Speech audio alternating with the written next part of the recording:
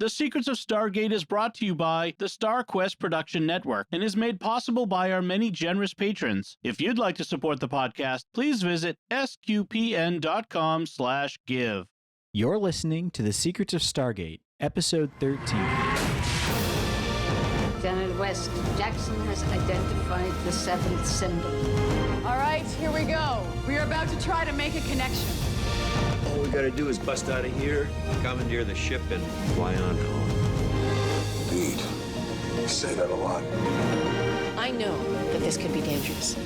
But this is our job, right? It's what we signed on to do. It was never about going home. It's about getting us to where we're going. Hi, I'm Jack Barazzini, and you're listening to The Secrets of Stargate, where we talk about the hidden meanings and deeper layers found in the Stargate movies, TV series, and more. Joining me today are Father Cory Stika. Hi, Father. How's it going, Jack? It's going well. And Lisa Jones. Hi, Lisa. Hey, Jack. And Victor Lambs. Hey, Victor. Hi, Jack. Today we are discussing the 13th episode of the first season of SG-1, Fire and Water. The SG-1 team returns through the Stargate from the planet Owns after less than 4 hours, soaked, dazed, and without Daniel Jackson, who they say has been killed. Meanwhile, Daniel has actually been captured by an alien named Nim. The alien tasks Daniel with translating an Akkadian inscription. Jack, Sam, and Teal'c attend a wake for Daniel, his funeral, and clean out his apartment. Daniel learns that Nim has lost his mate, Omoroca, because of a Goa'uld named Belus. Jack, Sam, and Teal'c undergo hypnosis and discover that they have been manipulated by Nim to believe that Daniel has been killed in an explosion. Daniel undergoes a memory probe and learns that Omoroca has been killed by Belus. The SG-1 team returns to the planet, Daniel is set free by Nim, and they return to Earth. I know the name of this episode is Fire and Water, but I feel like if we were doing a Friends thing, this could be the one where Daniel meets old Greg. So I don't know. That's a deep dive. Yeah. I don't know, guys. Do you think we'll need like this? Should this be a two-parter to cover this episode? There's just so much to it. I know I don't know if we can get it all in. That's gonna be tough. It's gonna be tough. You know, I will say though, this is one of these episodes I've always kind of liked. I mean, it's a good episode. It's just there's really not a lot to it. One thing I will mention though is Nem, the alien. He was played by Gerard Plunkett, who was the High Counselor Tupelo on Broca Divide. Oh, nice. So he's like double dipping. Oh, yeah. So he was the guy in the temple there that would be the one to cast everyone off when they would get sick. He's much better as a fish man. Yeah. Yeah. I mean, the way he delivers those lines is awesome. Yeah. Yes. What Fate Omoroca has been a kind of a call thing in our house for years. Nice. We say that to each other. So Yeah, it I'm going to works. start using that. Yeah. Especially if you name your goldfish Omoroca and then the kids come down and the goldfish bowl is empty one morning. Very suitable. Would be better than the dog. Yeah. So. Yeah. That's true. That's true. Yeah, so I know, Father, you always you said that you like this episode. But what about you, Lisa? What were your thoughts? You know, this episode was one of those kind of forgettable ones for me. But when I rewatched it, I enjoyed it. It was, it's always good to see the first time Daniel dies. It's the first of many, right? What about you, Victor? Yeah, I remember liking this episode, and I watched it yesterday in preparation for this episode, and I was tapping my foot like, Sonic the Hedgehog when you don't hit the controller for 25 minutes. No, there's just long, like the whole thing where they think Daniel is dead, that gets drawn out for like, it's 12 minutes of, the charade of Daniel being dead. They don't realize he's alive until like 24, 30 minutes in. There are some good bits in it though. A good callback to the movie, as they're going through Daniel's apartment. I do like the character of Nem. I do like kind of how Nem learns English. I think that they handled that very well. So there are a lot of really good moments in it, but it feels like it could have been, maybe 20 minutes and I would have gotten the same same thing out of it. Yeah. They definitely pad the runtime with the character's uncertainty and the whole hypnosis thing they have to go through. Which, if you're interested in learning about how hypnosis actually works, there is a Jimmy Akin's Mysterious World episode on that. I believe it's episode 52. But yeah, and my favorite part of the episode was Teal'c's hat. Yes. Oh yeah. This is Teal'c's second hat. Yeah. Yep. Right. That becomes quite the not counting the headpiece. Yeah, that becomes quite the running thing in the show is how many different kinds of hats does he have? And he gets to actually, I think he gets to actually like having different kinds of hats. Nice. Teal'c's pretty stylish in his Earth gear. Yeah.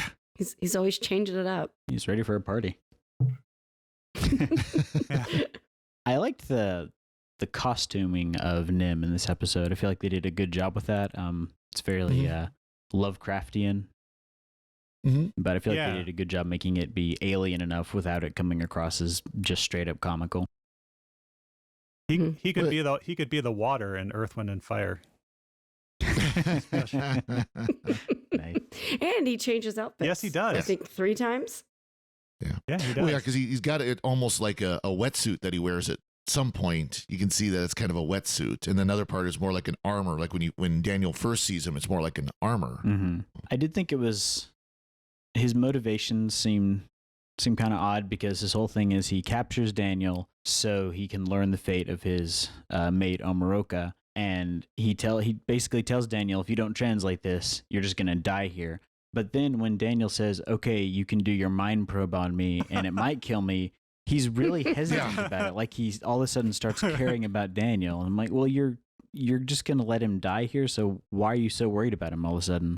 And Daniel becomes very insistent that he gets the mind probe. Like Nem is like, no, really, I'll this could kill you. Yeah, I think Nem is kind of starting to worry. Maybe he's just going to let himself be killed instead of no. I could let you go. No, do the probe. Yeah, it's yeah. Yeah, but it's it is very interesting, and you kind of wonder like what is kicking around in your own brain from 20 years ago that that you read in college or something that someone might want to access someday. I tell you, there's not much. Yeah, I was gonna say there's times when I'm discussing with parishioners, I sure might have that. Hang on, just give me a second. Whee! Okay, there's the answer. Yeah, going through the code of canon law. Yeah. St. Thomas Aquinas wrote. No. Yeah. I have to say, did anybody else notice this? But General Hammond has a really lame car. I don't know what that is. Is that a LeBaron or something? Crown Vic? No, it's not even a Crown Vic. It's like, I don't know what it is, but I mean, he has grandkids, so shouldn't he have like a minivan or an SUV or something? That's an old man's car. No, but I thought that was just kind of a basic. Maybe that's his Ford work Crown car. Vic, which is those are great cars. I mean, cops Crown used Vics, them forever. Yeah. Oh yeah, I had a Crown Vic for years. Yeah, and I thought that's what he had. Maybe he had like the Mercury version instead. I couldn't tell for sure, but it was very nondescript. Maybe that's why he didn't care when the windshield got broken. Well, he did kind of care, but he was more concerned about Jack than he was the car. Yeah, but did you notice he wasn't too concerned about sending him back in the field? Mm-hmm. I mean, he's all like, we'll just replace him. We'll send him tomorrow. It's all good. And that is kind of interesting because, of course, now we're more aware of PTSD and stuff like that, and they did even back in the 90s. I mean, there was shell shock was known and everything, but you could see that he was trying to do the mindset of what, just get them back on their feet. They'll get over it. Mm-hmm. Just keep them busy. Yep. Yeah. Yeah, and we get more backstory on the Goa'ulds' interference with Earth, with ancient Babylon and Belus, who I'm fairly certain that isn't. He's going to end up being Baal. I think I've read that somewhere, so I'm not sure if that is the connection. Yeah, I mean, in Babylonia, I looked this up. Belus is actually also sometimes called like Bel Marduk, but we don't really ever meet Marduk, so it could be Marduk. It probably is meant to be Baal, but yeah, I think that was one of my regrets from this episode. Watching it again was, here is a non-human, non-Goa'uld race who's intelligent, advanced, and we never hear from them again. Yeah. Seems like a missed opportunity to kind of explore who he was, who are his people, where are they, what happened. I don't know. It just doesn't go anywhere. Yeah, it's like perhaps we can be friends in time. Nope. Yeah. Maybe the makeup was too much. They didn't have the budget to do multiple characters with that. To do the face fish face mask anymore. Yeah. Can't even try to say that, much less try to put that on. Okay, but did y'all notice that his teeth, his mouth? Okay, jump forward to Stargate Atlantis. It's Wraith. Oh yeah, he did have the Wraith. His teeth were Wraith teeth. Oh, interesting. So, The snaggletooth Wraith teeth. Yeah. yeah. So that kind of, it's like, oh yeah. But it's kind of interesting. That's a system where we never really hear about, and presumably has died somewhere along the way. Anyways. Yeah. I mean, he seems to be the only one, at least in the vicinity on that planet. So perhaps he was the last one. Yeah. Now there is, by the way, there were some role-playing games made in the Stargate universe, and they've kind of filled in a lot of things by necessity for the role-playing games, but of course they're not canon. Mm-hmm. They're not considered, but so if you look at the Stargate fandom site, it talks about that. The Stargate wiki, it talks about the background of Bellis within the RPG, but again, that's not canon. It's not shown on TV. It's not even really mentioned. Mm-hmm. I do think it's interesting that instead of just keeping them all, at the beginning he knocks them all out, and he just keeps Daniel, and he sends Jack and Teal'c and Samantha, after wiping their memory and making them think Daniel's dead, back through the Stargate. I don't understand why he did not just keep them all prisoner there and search all their memories, because he seems to be concerned that Teal'c has the gold in him. But he was able to subdue all of them without much trouble, so I don't know why he did not just keep all of them there. Because if he'd done... Wouldn't have been as good of an episode. Yeah, if he'd done that, they wouldn't have 25 minutes of padding where they do a funeral for Daniel Jackson. And who were the old couple in the back of the gate room and during the funeral? I don't know. They're playing taps. It's like, killing time, pad it out. It's going on. I don't know. Having been in the honor guard, I thought it was great. I did base honor guard at Scott Air Force Base for a year. That was great to watch.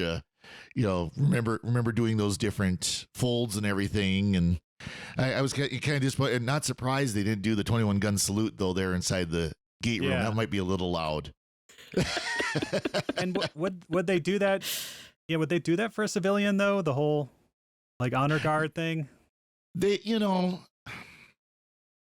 would assume they would do some of it. I mean, it is a little. Honestly, for someone because you can consider Daniel Jackson a contractor. I'm trying to think through it as, he's a contractor, what we would call a contractor or GS, a government service. And I don't know if they would have, except for the fact that he did die in service, with the military. And that's a little different than if, it's a civilian who's been working, the finance office on some base somewhere their whole career. They don't do honor guards for that. And I honestly, I don't even know how they do that now when there are civilians who are killed in war. I really don't know what the procedure is for that. Mm-hmm. I did think it was cool how they did the whole burial at sea, kind of the twist on that. I thought that was a cool visual. That was nice. Yeah. I did look it up. This is the only funeral for Daniel we ever see. So this is the only eulogy. So enjoy it. Yep. Well, and didn't we talk about, maybe it wasn't on the podcast, it was after, but we talked about Jack saying that he was the conscience of the group. Yeah, I mentioned that last week. And yeah, so how did you feel about it this week, Jack? No, it's of all the words I would use, conscience is not how I would describe him. Yep. I was thinking about it. If you go back to the movie, and then the pilot, he kind of was, if you think of it then, because he was all like, we've got to go save them. We've got to do this. We got to right the wrongs. And then he took a little detour. Yep. And then he's going to come back around as the conscience of the group later. But for now, it did seem quite, I didn't think about it until you said that. There's a couple episodes where he was very much the anti-conscience. Oh, let's let them do this, very violating thing to these women because we got to observe their culture. Yeah. That's not being a conscience. On the other hand, shooting up all of the embryo ghouls. Yeah. On the other hand, after what happened to Sha'Rah, maybe he's just being exploring nihilism for a little while. Yeah, there you go. He's coming back to it. But we do see the return of a great character, Dr. Mackenzie, who is the embodiment of I'm not a doctor, but I play one on TV. And he's like, I know about hypnosis. Let's try hypnosis. And And yeah, so I'm not upset that we didn't get to see more of him. But yeah, so that and then it's 25 minutes into the episode, I think, where finally they're like, wait, how long do you think you were gone? How long were we really gone? Yeah. Which would be like the very first thing. It's like, we've only been gone 20 minutes. We need to get back. No, you've been gone 4 hours. Well, something's not right. But by saving, Yeah. Yeah, I mean, they even say before they come through, but they were only gone for 3 hours. They're not supposed to be back till tomorrow, type of deal. Yeah, it's they have the scene where they're all being debriefed, but I don't know what they actually talked about. Other than just they were sad. Yeah. Right. And then there's a spot on there. What was it? MRI, all in the same spot. I just thought of Dr. Nick from The Simpsons when Bart's suing Mr. Burns and he says, "And see that smudge? It looks like my thumbprint. That's trauma." Yeah. And, it's like, and see that spot that looks like my fingerprint? Pretty much what they did. That's where your memory's been wiped. Yeah, there's a lot in this episode. It was the story was by Brad Wright and Catherine Powers. Catherine Powers, I guess, tried to pad it out as best she could. Do you think she was trying to show how close they'd become in the morning and kind of making us feel for a loss of a major character? Do you think that's what she was going for? 12 episodes in, I mean. Yeah, I mean. It's very likely that this is one of these fill-in episodes, and that's why Brad Wright and Catherine Powers. So like Brad Wright wrote all the NIM under the sea parts, and then Catherine Powers had to fill in the rest to make the time. Yeah. I mean that's speculation. We don't know for sure, but it probably was one of those. Well, we got another episode we need to fill in. Well, let's just write one up here real quick. Here's an idea. Or he's like, I've got this great idea, this underwater, this guy, and I'm like, what do we do with the other people? So actually what happened was he was driving to the office for the day, and Octopus's Garden by the Beatles was playing, and he's like, there we go. There's my episode.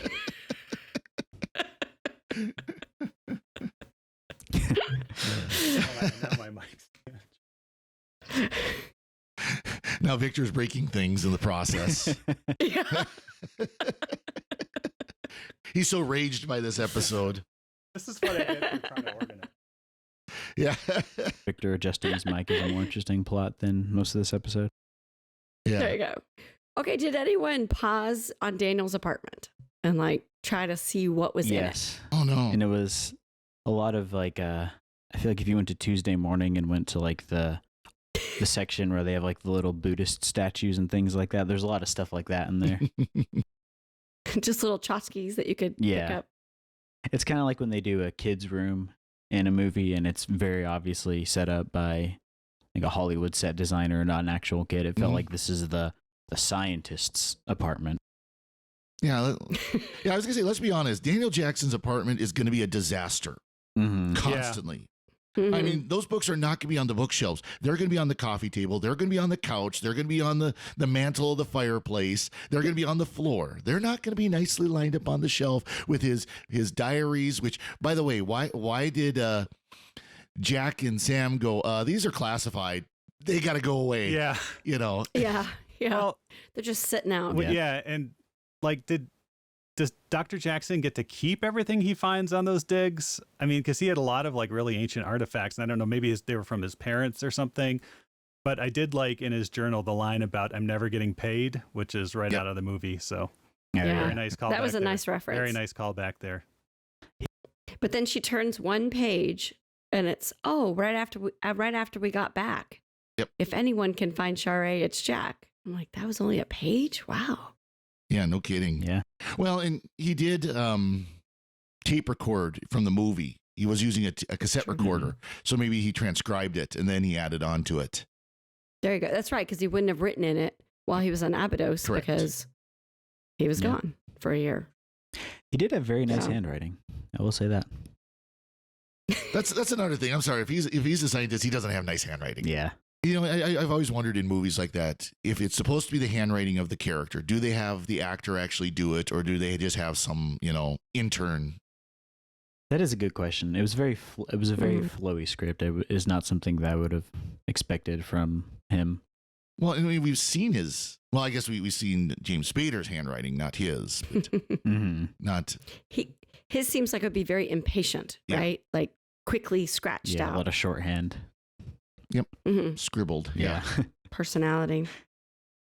You all good, Victor? Oh yeah. I mean, never try to use a one of those clamp microphone stands on I had it set up on a different cheap IKEA table, and it was just drilling holes into the bottom of the laminate on the other side on this $9 tabletop surface. So I kept setting it up and went, bleh. I just had it moved in. Bleh. So yeah, I think we're good now. Nice. Yeah. Sorry about that. Shows you how exciting this episode is that's actually more interesting than, I mean, again, like I said, I enjoyed the episode, but actually Victor's issues with IKEA tables were more interesting than half of it. Yeah.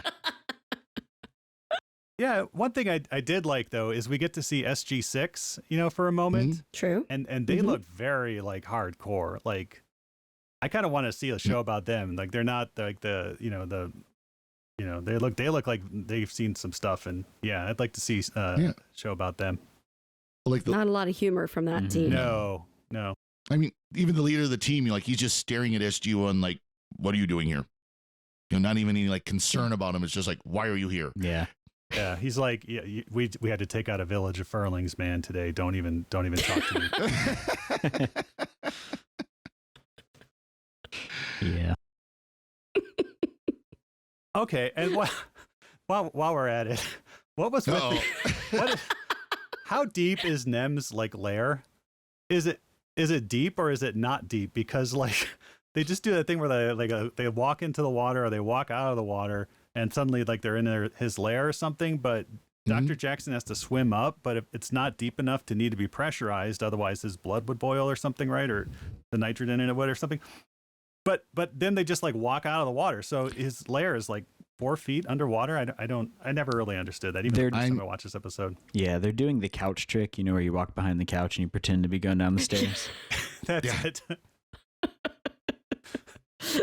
So we only saw the fire and water, right? I guess the reference to fire was just from he died in fire. Yeah. Yep. And then they were really in water, because we really spent most of the episode not talking about fire. Well, just what they saw the picture of Daniel Jackson standing behind flames, basically.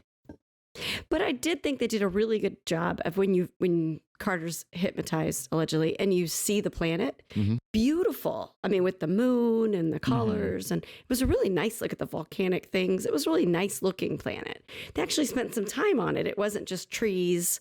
It wasn't a Vancouver shoreline, right? Yeah. So kind of hate that. That's the they spent all that time for this little bitty minute of the episode. I was trying to think if there's any other episodes that had, like an oceanfront scene where they could have filmed them. And they really don't. The Light has one. Oh. But because a lot of times when they film these episodes, when they're on location like that, they want to do all the parts that are on that location together. Oh, yeah. That's what I'm thinking. I'm thinking first season 1. Yeah, season 1. Yeah. If you notice, and maybe it's. If you notice, like the way the shots are framed, though, you get like the big wide shot of them walking, and you got the planet in the background, which is obviously like a matte painting. But then all the up close shots of them on the shore, it's angled in such a way that you really only see like the gravel shore and then the water. So I'm thinking they probably just found a lake in Vancouver and we're like, we'll shoot these up close spots here, and then we'll use matte paintings and editing to make it look bigger in post. And to get the trees out. Yeah, exactly. Well, that would have been fun to go swimming in then, because that would have been cold. Oh yeah, definitely. Yeah. When they filmed it, that would have been cold.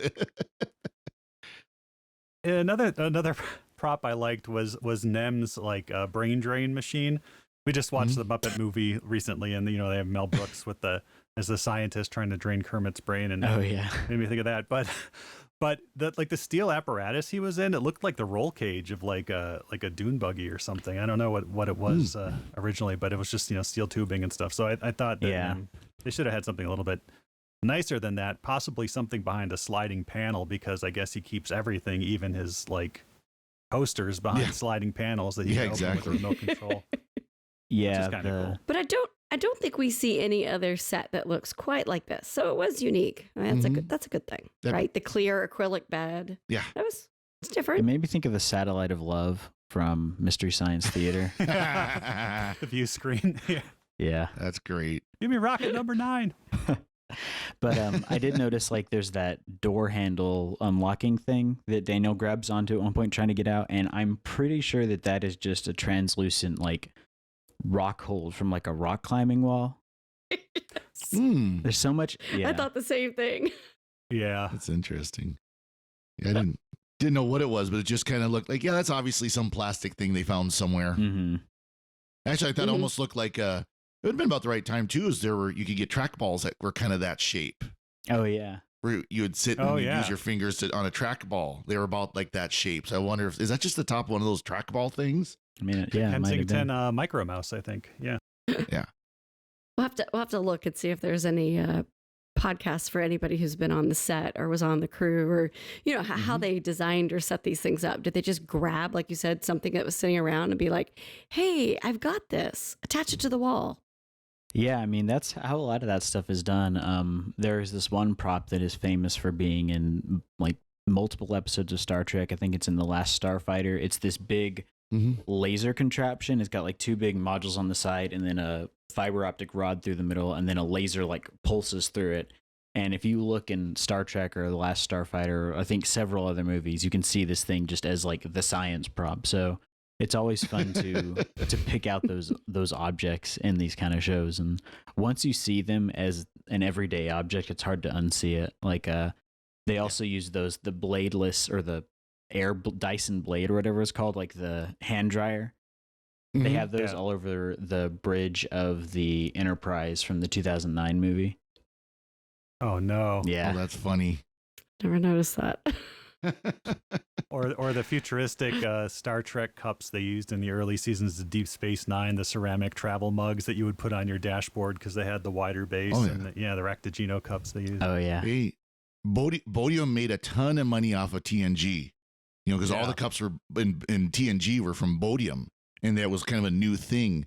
So everybody that wanted to be cool, and they wanted the Bodium cups, so they made a lot of money off of that. Yeah, I found 3 or 4 of those at the thrift store, and I've bought all of them because I'm a Star Trek cups. Yep, exactly. Okay, I think that's a record for how long we recorded before y'all mentioned Star Trek.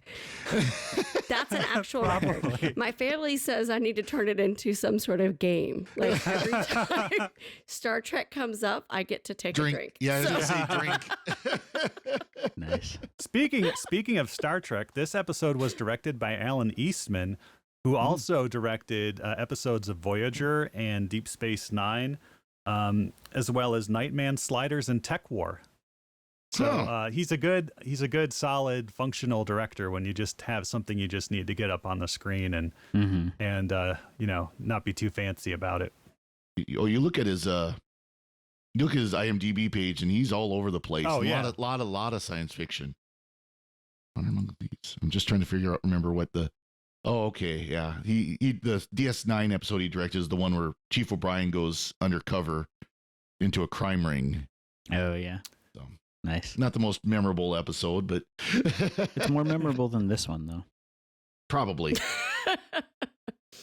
Okay, there was something in this one. Remember the whole Jack Sam ship thing? There was the hug. Yep. So there you go. As she comes out of the hypnosis, he hugged her. Oh, really? Got to make a note of that one. Oh yeah. Yep. Yep. That's gonna be another. That's gonna be another drink thing. Is yeah. I'll talk ship. Yeah. Y'all talk Star Trek. What how many? It's like when you go. By the way, any listeners who wants to come up with a Secrets of Stargate drinking game, just send it to Jack, and we'll vet it. Yes. Make sure. We'll make a bingo page for it. Yeah, and it can be different ones for different ones of us, right? Yep, like exactly.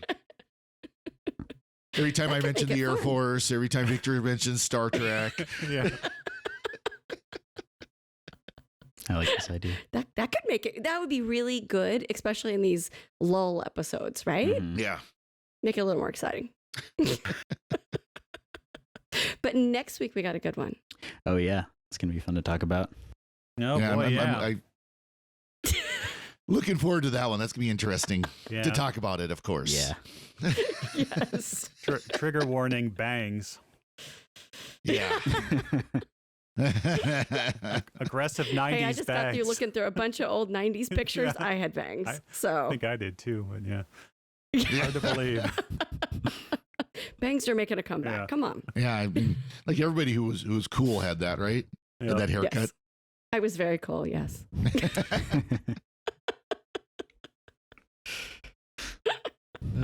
Yeah. Yeah, I think. Oh, anyways. I think. Good night, everybody. Yeah. So yeah, Father Cory, do you have any other thoughts?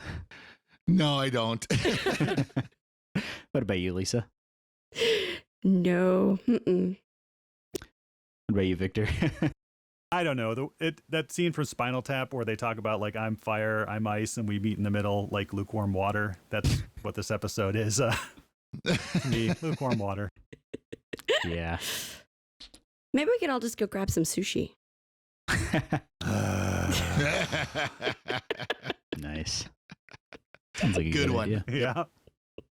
You have the Hanna-Barbera ending there where they all stand around like, ha, ha, ha, ha, ha. Yeah. Oh, Scooby-Doo, you're so hilarious. It did also look like he was covered in like the soda rings when it comes out of the water. Oh, yeah, there you go. Yeah. Mhm. Recycle responsibly, folks. Yeah. Yeah. Or Nim's gonna get upset.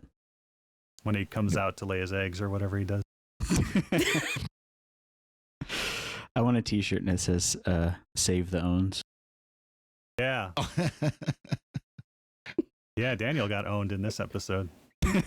Oh. Yeah. Okay. I think on that note. Yeah. Yeah, there we go. All right. Yeah. On that note, we'd like to take a moment to thank our patrons who make it possible for us to sit around and make jokes about bad episodes of Stargate, including Renee H, George T, Scott D, Stephanie Z, and Paul L. Their generous donations at sqpn.com/give make it possible for us to continue the secrets of Stargate and all the shows at StarQuest. You can join them by visiting sqpn.com/give. Be sure to follow the show in Apple Podcasts, Google Play, Stitcher, TuneIn, Spotify, iHeartRadio, or the SQPN YouTube channel. To find previous episodes of Secrets of Stargate and to send feedback, including your suggestions for our drinking game, please visit sqpn.com/Stargate. You can email us at stargate@sqpn.com or follow StarQuest on social media at facebook.com/StarQuestMedia or on Twitter at SQPN. You can also join the StarQuest fan club mailing list by texting StarQuest to 66866. Send StarQuest to 66866. We'll be back next time when we'll be discussing the next episode of SG-1, Hathor. Until then, Father Cory, thank you for joining me and sharing the secrets of Stargate. Thank you, Jack. Lisa Jones, thank you as well. Thanks, Jack. And Victor Lambs, thank you too. Thanks, Jack. And once again, I'm Jack Barazzini. Thank you for listening to the Secrets of Stargate on StarQuest. And remember, what fate Omoroca?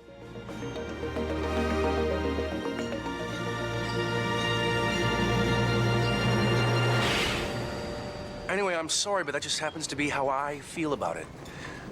What do you think?